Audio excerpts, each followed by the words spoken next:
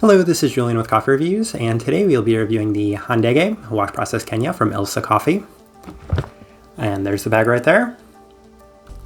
And Ilse, based out of Stamford, Connecticut. And this coffee was featured in our most recent blind taste test rankings video, where I finished second place out of 6 coffees on that day. This is also our 4th ever full bag review of one of Ilse's coffees, having recently reviewed a wash process Mexico that was also featured in that same blind taste test rankings video. This coffee caught my interest due to the fact that it's a Handege, and we reviewed this exact same coffee from Sweet Bloom earlier this year, and I really wanted to compare and contrast these two coffees from these two coffee roasters, as Sweet Bloom is one of my favorite coffee roasters in the entire world, and I had such a positive first impression of Ilse that I really wanted to see how they stacked up against each other. So I'm very much looking forward to assessing that, as this right here is day 26.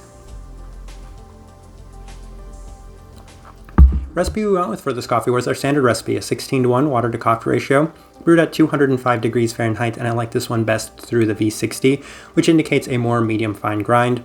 Ilse is a light medium American for the roast profile. With that out of the way, let's go ahead and start discussing this coffee. Day 8, first impression, and the cup was marked by 2 very distinct factors, including a dark candied berry sweetness from that first try.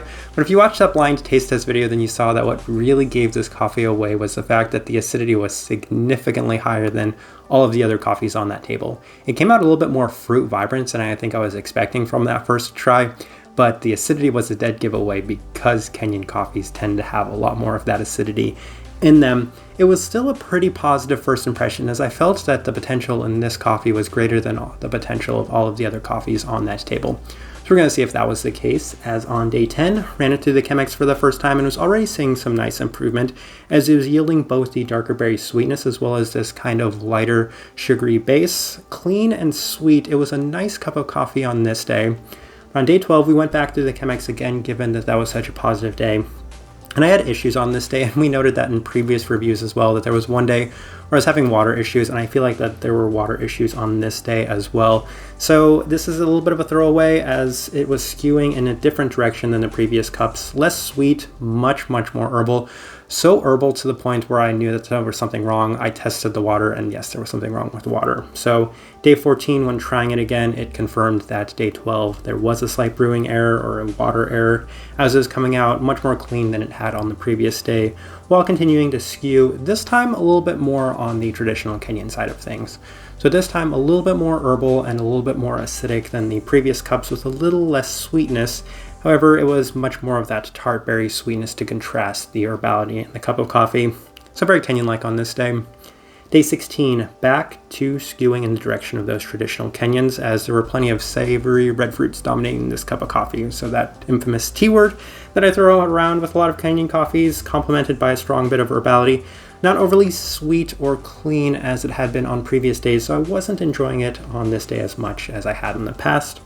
Day 18, another day with those traditional Kenyan characteristics, as it just continues skewing a little bit more in that direction as opposed to the earlier, somewhat sweeter and cleaner cups. Floral, herbality, and savory aspects really dominating the cup, most distinctly on this day. I believe they have a hibiscus flavor note listed on here, and given how many Kenyan coffees I review, I've gotten very used to tasting that hibiscus herbality within these coffees, and that was very dominant in this one, especially on this day. Day 20 was the best day of the coffee to this point. It was run through the V60, and there was a little bit more fruit vibrancy. So I thought, okay, maybe this cup is starting to turn around, and maybe it's starting to go in the direction I'm looking for, as it was slightly tart berry-like with significantly less of the herbality. So a much more sugary cup in general, a little bit more of this kind of dark sugar aspect to it, but just better overall. Day 23, yet again another day as it's slightly on the sweeter side of the coffee that I had experienced. There was a little bit more of the tart berry sweetness as opposed to the herbality than there had been before. A little bit of the added dark sugar sweetness to complement the really high acidity and brightness within this cup of coffee. That's been the biggest and most consistent thing throughout this coffee, was that bright acidity never left. It was always Kenyan-like acidity within this coffee. So yeah, I like those tasting notes, because here we are on day 26 and it's just kind of continuing in the direction of day 20 onwards. All right, let's go ahead and put up the tasting wheel so you can see what we're getting. All right, 5 level 4, so let's go through those real quick. The savoriness at level 4. That's pretty standard for Kenyan coffees. This one was a very Kenyan coffee, so yeah, that one right there is definitely justified. Both the T word, the tomato, as well as the hibiscus herbality definitely justifies that higher mark. Finish level 4, that's also pretty standard for Kenyan coffees, as I don't recall if I've ever had a level 3 finish for a Kenyan coffee, and they rarely go all the way up to a level 5. Pretty lasting herbal acidic finish in this cup. The acidity, level 4, not shocking whatsoever. I feel like if I would have raised the temperatures, I really could have pushed that acidity on this one, but you know what? Not necessarily my favorite thing in coffees, so acidity there, level 4 works for me. Florality, level 4, yeah, pretty obvious. Hibiscus was probably the second most distinct factor, complemented by that strong acidity, so yeah, definitely find that one justified there at the level 4. Berry fruit, level 4, very much those traditional classic Kenyan tart berries within this cup of coffee, so this very standard in those aspects, as well as the body and cleanliness, which typically also reach those marks. Body, that juicy body people like to describe, on the more moderate side of things, and then the cleanliness, which rarely reaches above a level 3 for Kenyans that taste like this. So right there at that level 3 mark. But of course, the biggest sticking factor for me is going to be that sweetness at a level 3. Given those first couple of tries of this coffee, I really had a lot of expectation that this one could reach that level 4 mark.